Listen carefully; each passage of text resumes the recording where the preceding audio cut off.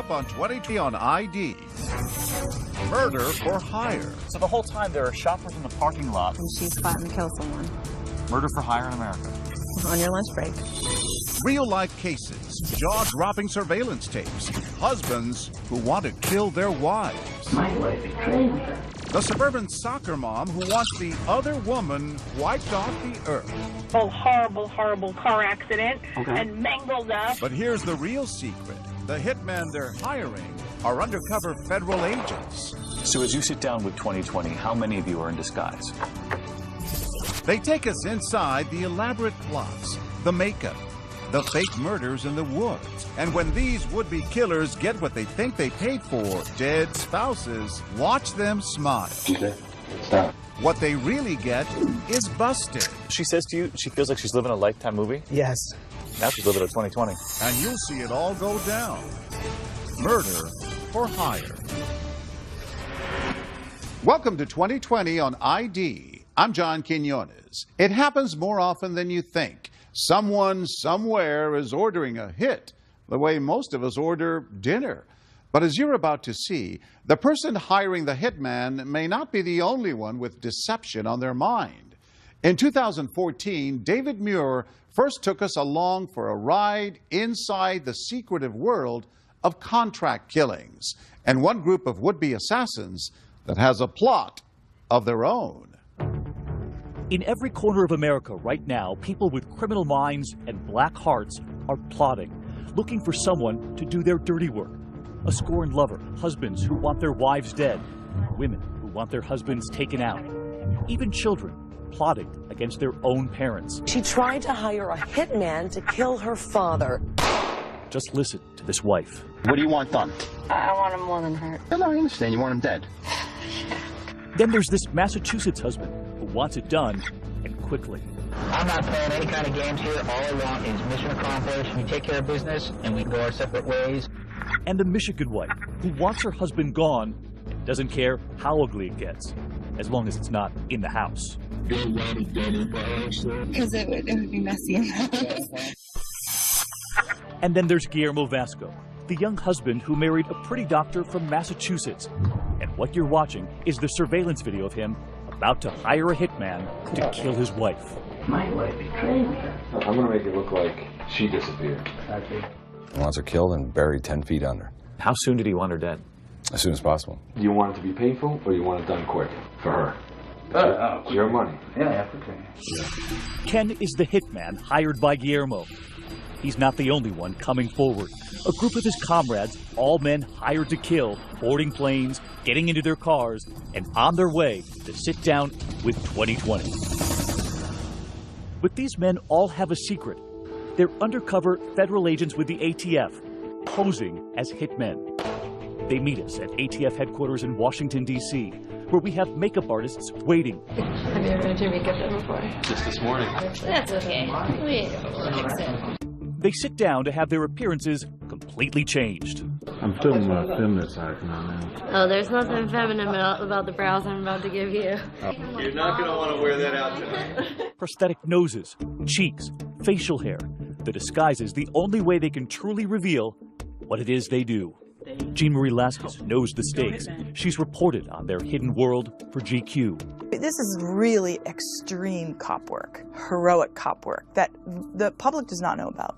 You got 30 minutes. Our clock rolls, and after more than 3 hours, they're ready. And we have never seen an entrance quite like this. Walking in to sit down with us. Gentlemen, good to see you. See you. Welcome. It's nice to meet you. The agents offer up first names only. Jose. Yes. And? I'm Lenny. Lenny. Your real name? Real name.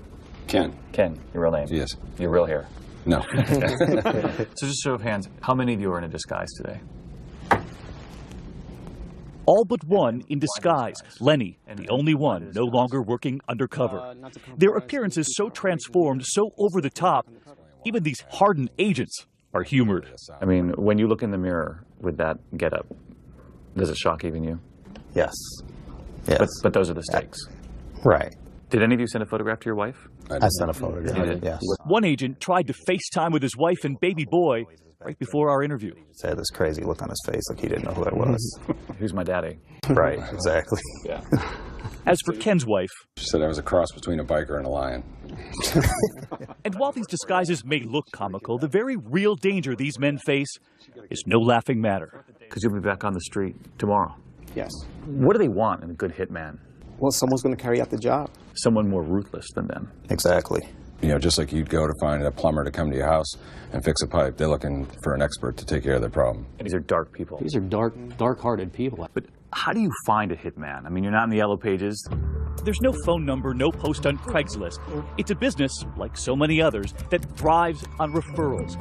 Which brings us back to that husband, Guillermo Vasco, who, while behind bars, started asking around for a good hitman to kill his beautiful wife. But instead of wanting her killed quickly, Guillermo now tells Ken this. Slowly, and he wants her to suffer. He says that? Yes. And why?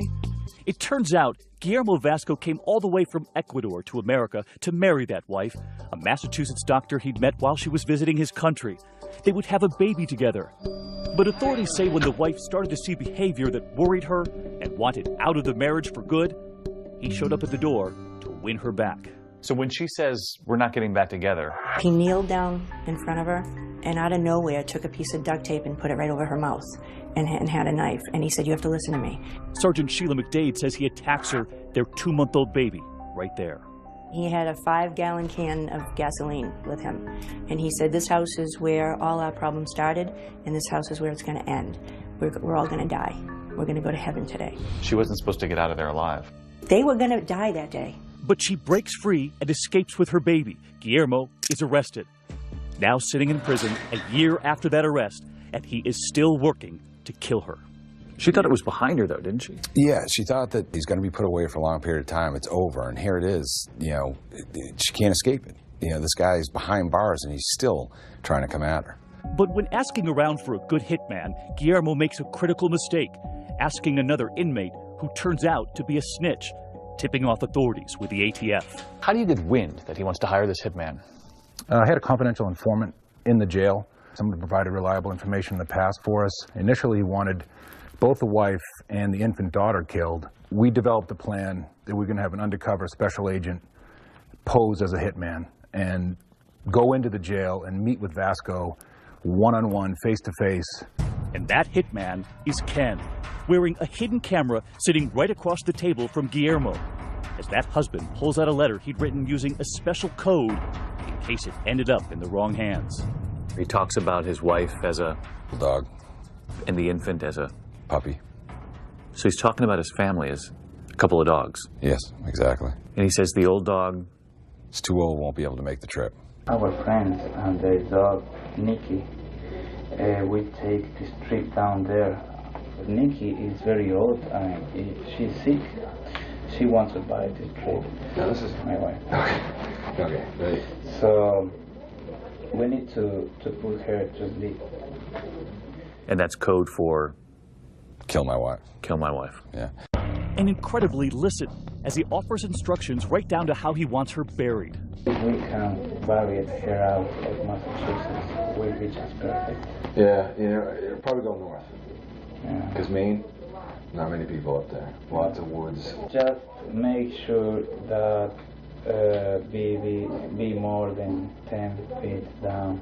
So she doesn't show up again. And do not forget the cement. As long as I make her go away, then she's not going to show up again. Do you really want her in cement? To keep her down? Yeah. When somebody hires a hitman, they're looking for someone who's going to encourage the job, go along with it. Yes. If they say, you know, I want them, you know, the throat slit and buried over here, you get that conversation. You may throw out another idea, like, well, what do you think about this? You know, I'm a hitman. I have to have ideas. What do you think about putting her in the water, though? In the water, they disappear. You load her into those drums, you know, weight them down, get them down, they get eaten. There's not much left. I think I like that idea.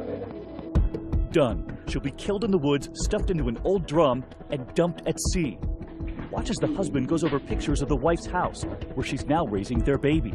And then he pulls out his own hand-drawn floor plan to help the hitman. And now, the money. What does he offer you? He offers me a rare coin collection, that he said was worth thousands of dollars. And this whole thing's being recorded.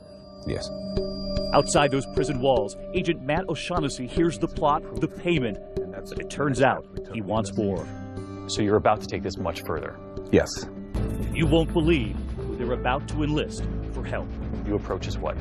To put her husband away for good. She wanted to nail her husband. She did. What they're about to do with that wife in the middle of the woods. You have got to see this when we come back.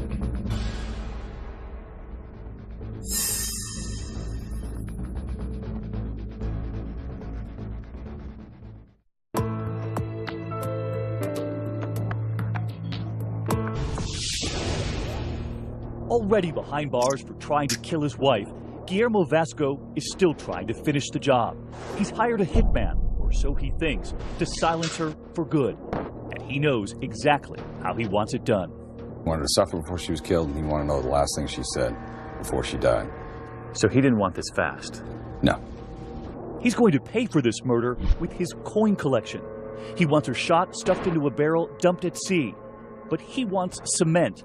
He even brings up the Laci Peterson case, saying he doesn't want to make the same mistake as that guy, Scott Peterson. But I don't want to happen what happened with this guy. No, I know what you're talking about. He was an idiot. That's not how I do business. And I said, do I look like an amateur? I'm an expert. The body will never be found. But that hired gun, Ken, is actually working undercover for someone else, the ATF, along with Agent Matt O'Shaughnessy on the outside, about to pull the trigger on a plot of his own, even more colorful than Guillermo's. So you approach his wife? We did. And what do you ask her? I told her of the plan that her soon-to-be ex-husband wanted her killed. Was she surprised? Shocked. How long was it before she said, listen, I'm in, I'm going to help you? Within minutes. She wanted to nail her husband? She did. So what do you do? We had hired a movie makeup artist to make her up like she'd been shot. It's something straight out of the movies. So we go to the very same apartment in this quiet Massachusetts suburb where the police have a small field office. None of the neighbors knowing that behind this door, that wife was getting a makeup job she would never forget. Detectives help us reconstruct that day with a stand-in for the wife. So as she's sitting in this chair, the makeup artist is crafting a bullet wound in her forehead? Yes. And what is her demeanor? Very quiet, just kind of going along with everything. She knew what she was doing. She did know what she was doing, yes. She had to do it. She really had no choice. For the safety of herself and her child, she knew that she had to do it. With a lifelike bullet wound right in her forehead, fake bruises and scratches on her hands, Mrs. Vasco and Sergeant McDade drive to the woods for a scene straight out of a horror movie. Mrs. Vasco looking so graphic, they have her cover herself with a hood, afraid they would frighten the other drivers. She wore a hood Yeah. to cover up the makeup while you were driving. Yeah. Because people who looked in the car would think you're just beating her. Remember, Guillermo wants his wife murdered deep in the woods, which is right where they're headed. We came down here and walked down this path. So this was the area you had selected? Yes. So you bring her out here and you ask her to do what? Well, she was asked to lay in different positions. Again, they help us reconstruct the scene with that stand-in. To make it look like there had been a struggle. You actually took her shoe off? Yes. And mixed her in with the leaves? Mixed her in. And then she laid there and had her picture taken as if she had been killed. It was the performance of her life, but in the end, too close to home. Right when it was all done, she just let go and she cried and really she just released every emotion. And it's not over yet. Now armed with those grisly photos of a dead wife, it's time for Ken to go undercover again as the hitman. So you've got these photographs now, and you're headed back to the jail. How realistic do these images look to you? Very realistic. I mean, it looks like this person was tortured, beaten, and murdered. Ken is now back at that prison, about to show Guillermo what he's done. And when you show those images to him? I tell him, well, listen, it's done. And here it is. And I slide a picture across the table and show it to him. And just watch right here, the smile beginning to appear on Guillermo's face. This sick grin comes across his face. No remorse, no nothing. It was just pure evil. It really was. It was joy and evil in his face. At the satisfaction knowing that she was dead. What did he say? He wanted to know that I let her know that this was for Guillermo. He wanted you to say that? Yes. This is for Guillermo? Yes. And I told him that's exactly what I did. And take a closer look right here as that husband casually looks at the photos of his dead wife. At one point, we hear him ask about the hole in her head. That 22 hole. Okay. How do you like to work? Speechless. He wanted to know if that was a bullet wound. Yes. He nodded in approval. That you'd shot her in the head. Yes. Okay, so this is a good day for you. Yeah. Okay. Well, Everything's moving forward. Thank you. I made sure she realized it was from you. Thank you. I appreciate, and you got right now my friendship. He said, you give him undying respect and loyalty for what you had done. So there was no question he was pleased? No question whatsoever. He thought his plan was carried out? Yes. Armed with everything they need, the undercover team about to return to that prison with their own surprise for Guillermo. Oh, good seeing you, man. At first, telling him his wife has disappeared. He denied any knowledge of where she could be. Was he concerned at all that his wife was missing? No.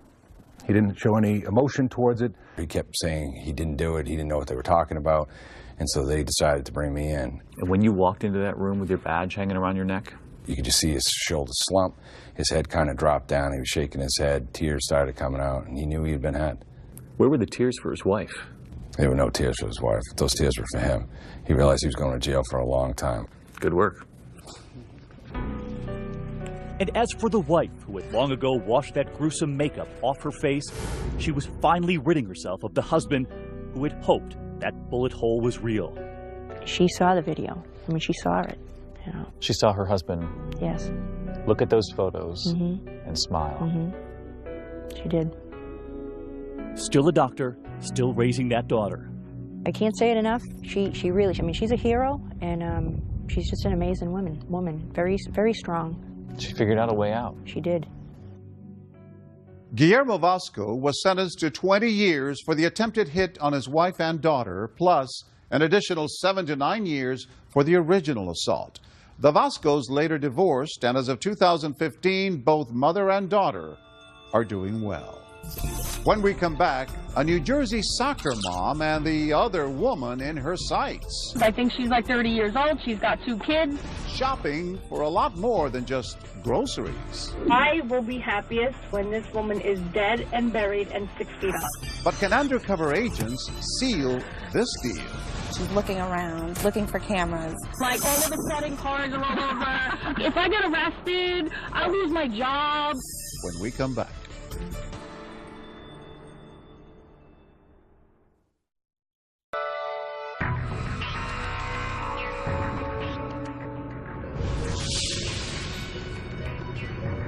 Across the Hudson River from New York City, the part of New Jersey known for neon noir, the version of Jersey made famous by The Sopranos and the mob boss who called the shots.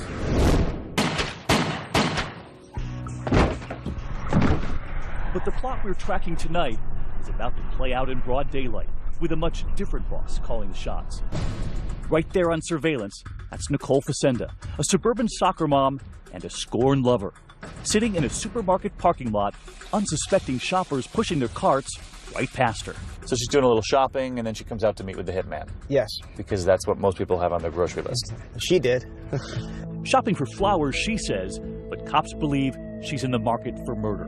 How you doing? Hi, how are you? Have a seat. Plotting revenge on the other woman. So what can get done? You could just make her disappear. You could, what can get done? All right, when you say disappear, like you want her out of this state, or you want to, you know? Like, so you're saying you could just go break her legs, or you could go do anything. And who is she trying to hire? You'll remember our hitmen, who are in fact undercover federal agents, who've agreed to sit down with us as a group. But to do it, they spend hours getting disguised. Among them, an agent we're calling Jose, covered in a sort of goo before he gets a brand new appearance. They make a mold, and from there, they build new features for his face. There we go. The same agent who would sit in that car with that scorned lover. I don't want to keep beating around the bush, but as I said, hurt or dead, either or. And it turns out, it's not just her first time ordering up a hit. This is his first time as the hitman. And he takes us to where it all began, We rigged the car to avoid showing his face. How did she get to this point that she wanted to kill another woman? She was angered at the fact that he was leaving her, and she wanted her dead because she wanted to get back at him. Nicole's bad breakup, smiling here with that limo driver boyfriend, but that boyfriend with a double life. A few exits down the parkway, he has another girlfriend named Jennifer, a nurse. And it turns out, another family. 2 children with her. She's just a bitch who's been involved. I think she's like 30 years old. She's got 2 kids. You don't want to hear the whole. But she wants the boyfriend to live. She wants him to live because she wants him to grieve. She wants to watch him suffer. Yes. Nicole in the lonesome corner of a love triangle. And nobody puts Nicole in a corner. A little grocery shopping, a little homicide. Just the cure for a broken heart. I've played every scenario through my head a million times. Do I want the car to go off the highway? Do I want someone to just come up and take her out? Do I want me to go into the house with my silencer and take them all out? Like, I go to sleep every night thinking. She goes to sleep at night wrestling with how to murder the other woman. But wide awake, just a few cars away in that supermarket parking lot, federal agents listening to her every word. Among them, Agent Angela Mullins. So she has no idea that as she's talking to the hitman, you're right here in the same parking lot listening to the whole thing. No clue. And what are you listening for? To show that she wants to carry this through. So you're listening to make sure that she really wants to kill this guy. Absolutely. For days, every secret meeting, every phone call, every text message intercepted. And all of it given to 2020. So the whole time there are shoppers in the parking lot and there's a murder being planned. And she's plotting to kill someone. Murder for hire in America. On your lunch break. But nothing in that car is what it seems. The guy in the backseat right there is the man who introduces Nicole to the hitman. So she's thinking of the darkest person in her life, the person who might know a hitman out there. Yes. Ironically, the guy she relies on for help is a relative of her ex-boyfriend. And she asks him what? She asked him if he knew someone that is willing to kill someone for her. He knows right where to find her a hitman, because what she doesn't know is that he's long been an undercover informant for the feds. You just tell him the scenario, and he'll get it done. No que sera, sera. What's going through your mind when the person across from you wants someone killed? You just wanted to yell at her. What's wrong with you? You have to sit there with your poker face and, okay, this is what you want done. This is what I'm going to do. Suddenly, the first test for that first-time hitman. She thinks he looks more like a cop than a killer. She told me I didn't look like a hitman. So my question to her was, what's a hitman look like? You look like one today. Yeah, today too. Nicole appearing very nervous, leaning far away from Jose. Only her hand in view at this point, and Jose tries to reassure her. Okay, I think you had a problem with somebody, and I'm here to take care of your problem. But what is it you want me to do with your problem? Okay, I don't know, fix my problem, I guess. How do I fix your problem? You tell me what you want me to do, and I can see to it that it gets taken care of. But how is it going to get taken care of? How do you want it to get? That's why I'm here. And watch right here as Jose is about to be interrupted. Soon, looking down at his phone. She's going to do something to you, so you want to do something to her in return? He's reading a text, and it's actually help from those agents listening from a nearby car, now coaching him. But listen to how he explains it to that suburban soccer mom, saying it's just his friends texting. Asking about the beer. And we listen in as Jose goes down his mental checklist, right here offering the standard hitman disclaimer, her out. You got to be serious about you know what I mean? Because once it's done, there's no turning back. You understand that? And while Nicole may be new to this life of crime, she's a quick study. Because as it turns out, she has seen a lot of TV. I just want to make sure you're not like an undercover federal agent and like all of a sudden cars are all over. If I get arrested, I'll lose my job. And just listen to what she says next, fearing she's a star in the making. And I know I've watched one too many Lifetimes. I'm in a horrible I've watched too many Lifetime movies. This is about TV now? Are you worried at that point this thing could go down the tubes because she is so suspicious? She's looking around, looking for cameras, and at first, that is a little bit unsettling. And Nicole is not only suspicious, in that supermarket parking lot, she demands a price check. And so, do you have like a price list? If you want it there, it's going to be 5 up front, 5 at the end once it's completed. That's it? 10? Yeah, you need 10. She thought my price was too low. She thought you were a cheap hitman. Yes, she actually did. She raised the money. It's funny. You guys got to talk about your rates. I know, really. Watch as Nicole leaves the car with a smile on her face, laughing after the deal she got at the supermarket. When we come back, you'll hear from the soccer mom now describing exactly what she wants done, stunning even the agents. I want to go piss on her grave. I want to go to her funeral and spit in the gas tank. And then the most critical moment of all, and suddenly she's missing. And you're waiting, and you're waiting, and she's not here. Agents fearing, has she done something on her own? What happens when we come back?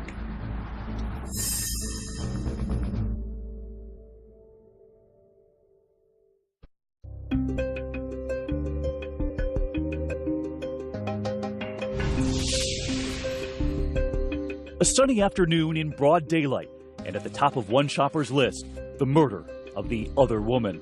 2020 given exclusive access as federal agents listen in just a few cars away, as Nicole Facenda plots the murder of her romantic rival. But so far, she's cautious and careful with her words. You know what I want. I want to be dressed in black. I'm not saying it. I'm not saying it. The hitman, really that undercover federal agent, now wondering, does the suspect suspect? But they keep going, and 2 days later, another parking lot, another conversation. See, I would think that either she disappears and she's just never found, like these people are never found. Okay. Like that would be one good thing. I wouldn't care if she was in a horrible, horrible, horrible car accident and mangled up, and you know, I don't care. Like gone. I want to go piss on her grave. I want to go to her funeral and spit in the gas tank. So you want to see her dead? Is that what you're saying? I will be happiest when this woman is dead and buried and 6 feet under. But Nicole is now digging her own grave. And when asked what to do with the ex-boyfriend, it turns out, kill the woman, keep him. She says, get rid of the woman. You know, shoot him in the foot or something. I don't want him hurt, but if he's limping around, if he has a cast on, who cares? She wants to see him suffer. She wants to see him at the other woman's funeral. But perhaps darkest of all, listen to this. When asked what to do if the other woman's children get in the way, I don't give a shit. Let me tell you, and don't think I'm a bad person, but if something happened and one of the kids get killed, oh well, I'm sorry, you know what? So if the kids get in the way, take them out. Take them out. Kill them. Yep. She now agrees to pay $20,000 for the murder. And look at this. Authorities giving 2020 the photo she texted to make sure they get the right woman. And then she texts the picture of the girlfriend. Yeah, it doesn't get any more serious than that. And you'll remember the husband in the last case. He wanted proof, a picture of his wife shot in the woods. In this case, they offer Nicole the same thing, a photo. She doesn't want any Kodak moments. She wants something else. I can get him to give you a picture of her dead. Finished. I don't want a picture. I'm going to get busted with the picture. I don't want any pictures. I'm going to go to the funeral. She doesn't want a picture. She wants to go to the funeral. She wants to go to the funeral. She wants that satisfaction, knowing what she's done and kind of savor it, which is quite sick. So seeing the casket, she thinks is better proof than any picture. Absolutely. At the end of the rainbow, when it's all done and finished, you'll pay him the rest, correct? Then at the end of the rainbow, you know, we'll figure it out. Absolutely. When you see a bullet in her head from a picture, finished, will you have the money ready for him? Bottom line. Yeah, I will when it's done. Nicole is now one step away from closing the deal. She'll make a down payment, the balance due after Jennifer is dead. Murder on layaway. They set up another meet at a local restaurant, but she has no idea those ATF agents will be there too. You're right here at the Olive Garden. People are having dinner, like most people would at the Olive Garden, and you're waiting for her to show up with cash. Right. And you're waiting, and she's not here. Exactly. And no sign of her. No sign of her. Suddenly stood up by their dinner date. Concerns racing through their heads. Has she changed her mind? Or worse, has she taken action on her own? They finally get her on the phone. Hey, where are you? And where had she been? Her son's soccer game. So get her on the phone? Get her on the phone. And where is she? She's over at the Exxon. Over here. They learn she's now just a few hundred feet away. Okay, he's moving. He's gonna go now. The agents scrambled their wires, their cameras out of position. Listen, he's gonna have to walk over to the Exxon station. But the informant, the bag man, gets to the gas station to fill her up. She hands her the envelope. And what's inside? Her down payment, cash. How much cash? She did $2,000. So basically, it's a down payment on murder. It's a down payment on murder. You got her. Yep. 8:36 p.m. Special Agent Longi. This concludes the undercover meet. The agents have heard enough, but still no arrest. Nicole allowed to drive off. They want more evidence for an airtight case, as the murder for hire plot now enters its final hours. The next call I'm gonna do to you is when she's gone. She's 86, dead, finito. That's it. Once you're dead, you're dead. You follow where I'm going with this? Yeah. Nicole, at work at this New Jersey hotel, finally gets the phone call she says she'd been waiting for. The hit on the other woman. Sonny, the hitman's helper, is on the line, calling to say the job is done. Listen to me. Listen to me clearly. Jennifer's dead. No way. Jennifer's dead. But the other woman, of course, is very much alive, and now in protective custody, told by Agent Mullins someone wants her killed. Pulled over her vehicle and informed her that there had been a threat against her life. I was on the phone with my mother and I said to her, Mom, let me call you back. I'm getting pulled over. So the lights go on. The lights go on. And you're thinking, I ran a red light? Or... I'm thinking I'm speeding. I'm being caught on the phone. I didn't know what. They're behind you. They start walking up to the car. Yes. The ATF officer places his badge against my window and says to me, are you Jennifer? And I said yes. And he says to me, Jennifer, there's been a hit for your life. I remember clearly saying it, flat out told her there had been a threat against your life, and you know we were there to protect you. And immediately I said to him, Nicole Facenda. So you knew right away? I knew right away. I even had said to my people I work with, my friends, my family, if anything happens to me, it's Nicole. So I knew. She says she had always been wary of Nicole and knew she could be trouble. But could you ever have imagined this? I thought maybe it would just be a flat tire or, you know, a broken window at the house. I never thought that she would go to the extent as she did, as to try to find somebody to murder me and my family. Back at the hotel restaurant where Nicole manages the catering, she has no idea she's enjoying her final moments of freedom. She has no idea that you're about to move in. No clue. They sent the confidential informant in first, wearing a tiny camera, and watch right here her reaction. Outside, she lets loose. I can't believe you did this to me. Don't show up here. That's not cool. She was actually annoyed that the man who was helping her kill the other woman had now shown up at work. She says she can't believe it, and she doesn't believe he did the job. I don't believe either one of you at this point. I don't believe either one of you. Moments later, she is under arrest. So after you lock her up, you talk to her? Yes. Does she have any remorse? None at all. And the tears in the backseat of the police cruiser? Were they for the girl she tried to have murdered? They were only for herself.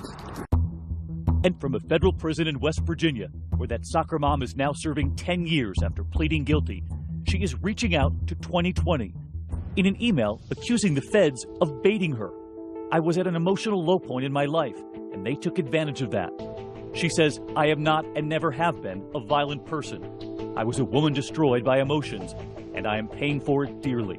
She may claim that now, but agents say while awaiting trial, she tried to plot another hit on her romantic rival. Though Nicole denies it, it's a constant fear for Jennifer. All the time. All the time. Everywhere I go, I have to be worried or concerned that somebody is going to drive me off the road, or somebody is going to come to my door with a silencer, as she said she wanted to. I'm scared every day. Because you think she's still determined? Yes, I do. Do you think what could have happened if those two ATF agents didn't pull you over that day? I owe them. I owe them my life. So what would you say to them? They're standing right here.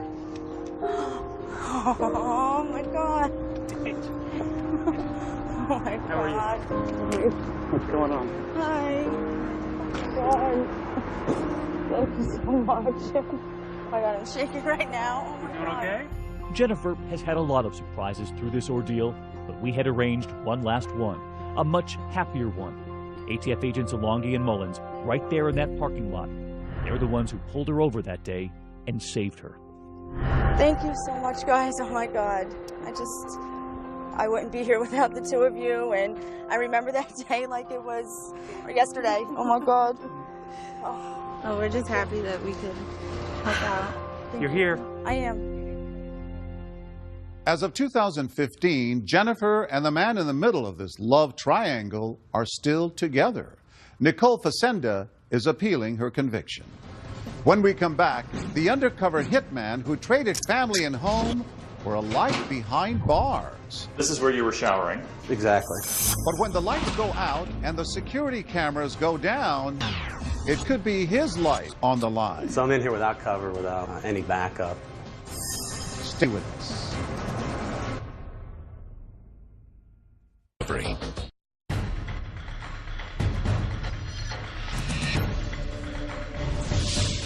Ask any of these hitmen, these undercover agents, and they'll tell you by the time it gets to this, you want him dead?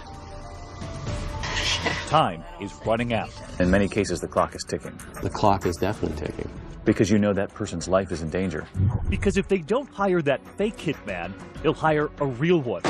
In every case, these men putting their own lives in danger. But there was nothing quite like this. As I understand it, several agents turned this job down. They did. I don't blame him. Because to save the next target, Lenny has to give up his gun and do something extraordinary. But not before doing this. Trading life with his wife and 2 children at home, and instead moving in someplace else. The Warren County lockup in Eastern Virginia, posing as an inmate. His new home overcrowded and filled with criminals. Murder, rape, robbery, arson. And all of a sudden you're in prison with all these guys. All of a sudden I'm in prison. You were prepared to be there for how long? Months. And here's why, the moment that started it all. Look in the driver's seat right there, a drug dealer about to be busted. Alright, got a white SUV on location. That's him. The person getting in on the other side, a federal informant, Dave Jackson, who was buying drugs and helping the feds nab the bad guy. Alright, by the time you get back, I'll be calling you. The drug dealer is arrested, and now behind bars, he is fuming. He wants that snitch in the passenger seat wiped off the earth. If he can get the federal informant killed, then he's scot-free. He's scot-free. He gets out of jail. But the bad guy needs a hitman to get the job done. And when the feds hear that that drug dealer, now behind bars, is asking other inmates, does anyone know a hitman? That's when they decide to send Lenny in as a fake inmate, a fake hitman. And just look at the photo we brought to our interview. So this is Lenny, huh? That is me. They laugh, but most wouldn't if they ran into someone who looked like this. His beard grown, wearing shackles, and wearing his new wardrobe. Just one of his new uniforms. Here, in his orange jumpsuit. And posing as a hitman now, serving some time, but about to go free. The story is, he'll soon be available to kill again. Lenny will never forget what the guards did to him moments after that door slammed shut. Because remember, even the guards don't know Lenny is not a criminal. As we were getting ready to do the strip search, that's when I thought, I didn't think this through. I didn't think this through. You didn't sign up for that. Yeah, I was like, I did not think this one through. 2020 going behind those walls, through the locked doors, straight to the cells, where Lenny was thrown in with the criminals. Do you still remember the moment you walked into this place? Yes, I do. What was going through your mind? As soon as that door closed behind me, I was in it to win it at that point. You booked him. I did book him. I mean, he was just normal. He was normal. A normal criminal. There is no bed for Lenny, and he has to steal a bunk from another inmate. So you had 40 or 50 inmates sharing the space with you. Exactly. You can hear the inmates just over the wall here. And you had to find your own bed? Yeah, I just had to displace somebody else and take their bed to make it mine. Displace somebody else? Right. I wanted to put on the aura of I'm a dangerous guy. I'm not someone to be messed with. And remember, Lenny is here because that drug dealer, somewhere in here, wants to hire a hitman. But Lenny knows in order to nab him, he must now live the life of an inmate. This is where you were showering. Exactly. So just give me an idea of where you're going to the bathroom. I'm using a communal toilet like this one right here. The toilet is right here on camera. Right here on camera. In front of everyone, including the security guards, watching on surveillance. Inside, we see some of the inmates have calendars scratched on the wall, crossing off the days until freedom. The whole time, Lenny wondering when his freedom will come. You're hoping you're not going to end up the little spoon in a weird situation. As a metaphor. Yeah, as a metaphor. But his worries soon replaced with adrenaline, because word comes that the bad guy, the drug dealer J.R. Hackley, now knows there's a hitman behind bars right there with him. And just listen to what he's been told about that hitman. This guy's got bodies hanging on him. This guy's got bodies hanging on him means means I've killed people in the past. And Hackley says? Hackley immediately contacts me. And what does he say? I need this guy taken out. Like, what do you mean by taken out? I need him gone forever. I need him, eliminated. And you're thinking? I'm thinking this is a home run. But in this high-stakes game, a sudden curveball. Because while all the guards and inmates believe Lenny is a real criminal, he knows the one thing protecting him are the surveillance cameras. But then a huge storm hits. Everything, every one of those cameras, knocked out. Suddenly these cameras go dark. So I'm in here without cover, without any backup. But incredibly, even in the dark, listen to how quickly things move. He meets the criminal, he plays the role of hitman, and he's hired for the job. How's he going to pay you? With a motorcycle. Within hours, the cover team now gets him out. And all that's left is the murder. He's off to the murder scene, and right there waiting, the guy he's supposed to kill. The federal informant that was once sitting in that passenger seat buying the drugs, nailing the drug dealer, now talking to 2020. In order to convince him that you were dead, they concocted a plan. They came to me and said, look, we're going to fake your death. But even before federal agents can give him the script, direct the scene, he turns out to be quite an actor. I said, I got this. He tells them what a drive-by shooting should look like. I was laying down, something like this. And this is the photo they took, proving the hitman had done his job. That snitch snuffed out. And look at this. As proof that they killed him, they take that photo and insert it, putting it onto the front page of a real newspaper, giving it a headline, "Unidentified man found shot to death." And they're about to take that newspaper to the criminal who wants him dead. And just listen to what he says when he reads it. A proud drug dealer staring at a headline, but now staring at 25 years in prison because of it. For Lenny, it is another triumph, as he now prepares to return to his other life as a dad of two, as we walk through that neighborhood where that murder-for-hire plot was concocted. Hits are playing out in neighborhoods all across America. Yeah, that's true. Plans are being hatched with kids playing outdoors. Yep, we're in middle-day modern America. And you have kids playing all around you, and there's nefarious individuals planning out murders and hits. And as Lenny goes home, Ken is back on the road too, living that double life.